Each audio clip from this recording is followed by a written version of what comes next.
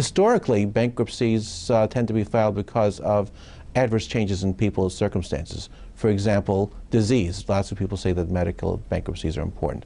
But divorce, underemployment, unemployment are important. Addictions are sometimes an important factor. Deficiency judgments in the case of a mortgage foreclosure is another factor. So those are 5 very, very important factors. A lot of people come to my office facing bankruptcy and they feel defeated, they feel humiliated, they feel distraught. And it's understandable because they think it's the worst thing in the world.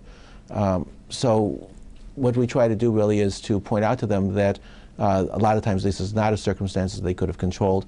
It's not their fault that they became unemployed. It's not their fault that their plant has closed down. It's not necessarily their fault that someone in their family has had cancer. And we assure them that bankruptcy is really part of the social safety net that's designed to give them a fresh start.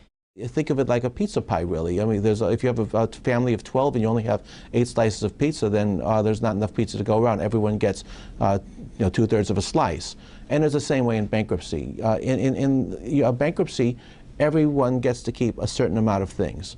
You don't walk out of the bankruptcy court wearing a barrel and sleeping in your car. That's not what happens. In fact, you probably get to keep your car in many instances. So you have a certain amount of exempt assets that you get to keep in a bankruptcy. You give up everything else. Those things are then distributed to creditors, and in exchange for that, you get a discharge. That discharge means that all of your debts are wiped out, and you can go forward knowing that you have some peace of mind, and you won't have debt collectors trying to collect debts from you.